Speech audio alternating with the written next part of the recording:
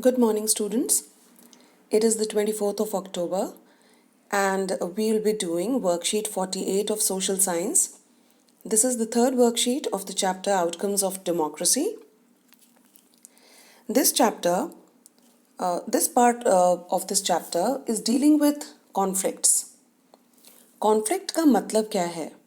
Conflict का मतलब है टकराव या झगड़ा या any form of disagreement between two groups, two individuals, or two social groups in a country or in a society. ये वर्कशीट हमें ये बता रहा है कि किस तरह से कॉन्फ्लिक्ट्स को मैनेज करना एक डेमोक्रेसी में बेटर है as compared to non democratic governments. Okay, so this management of conflicts yet again proves that a democratic regime is superior to non-democratic regimes.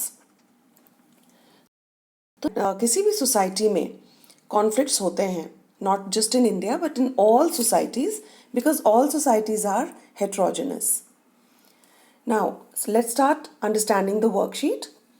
No society can fully and permanently resolve conflicts among different groups, but we can certainly learn to respect these differences, and we can also evolve mechanisms to negotiate the differences. This is what a democracy is. All societies have conflicts, and but in a democracy, because of our constitution, we learn to respect these differences, and we also have mechanisms to negotiate the differences or to solve the conflicts. Democracy is best suited to produce this outcome. This is our expectations from a democracy, that if there is a conflict, then there should be a mechanism for conflict management. And this is what is absent in a non-democratic regime. Read this here. Non-democratic regimes often turn a blind eye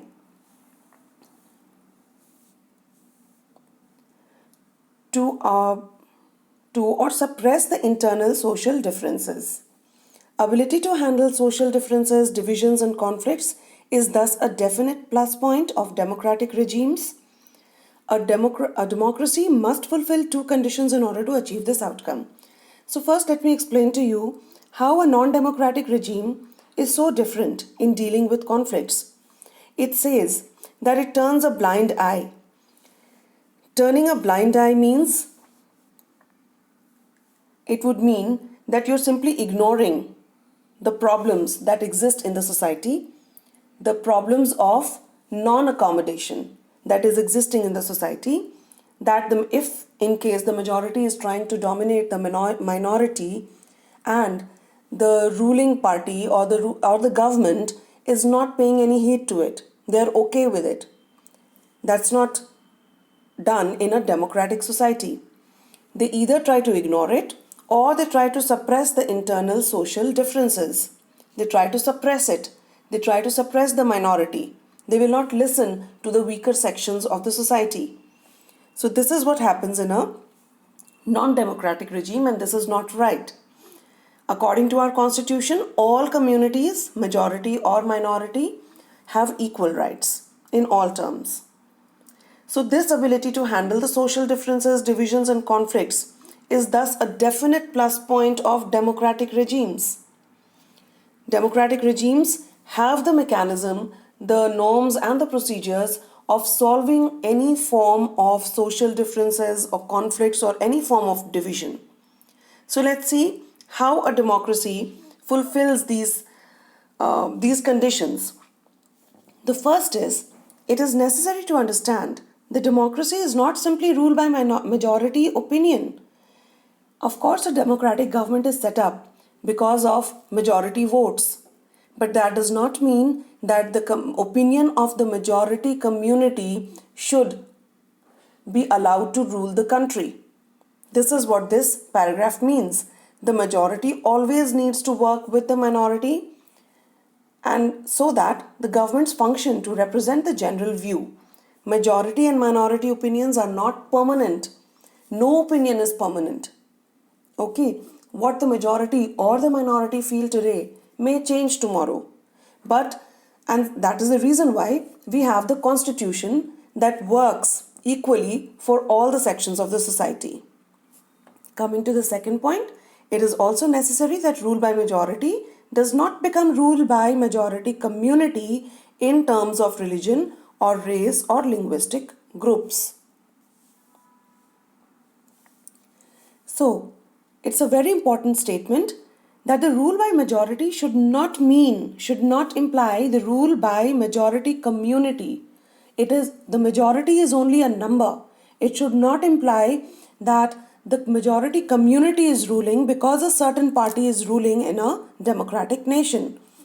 Rule by majority means that in case of every decision or in case of every election, different persons and groups may and can form a majority. Yes, so a set of different people belonging to different religions, languages spoken, and castes can form together a majority and can vote for a particular party to come to power. Democracy remains democracy only as long as every citizen has a chance of being in majority at some point of time. So every citizen must get an opportunity. A true democracy will allow every citizen to get an opportunity to belong to the majority community, the majority voters, at one point of time.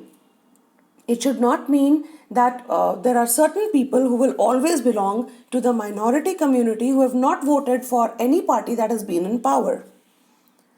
If someone is barred from being in majority on the basis of birth, then the democratic rule ceases to be accommodative for that person or group.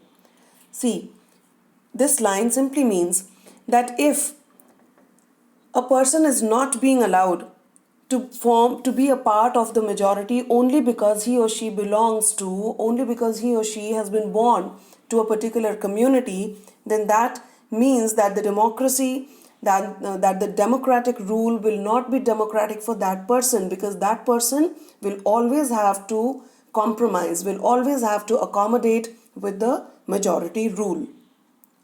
Only if the majority rule is the rule by majority opinion.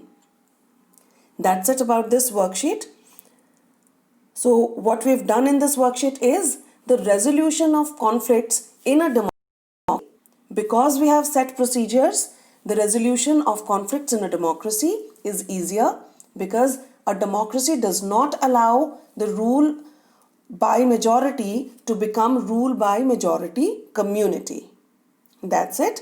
You'll be able to solve the questions following the worksheet.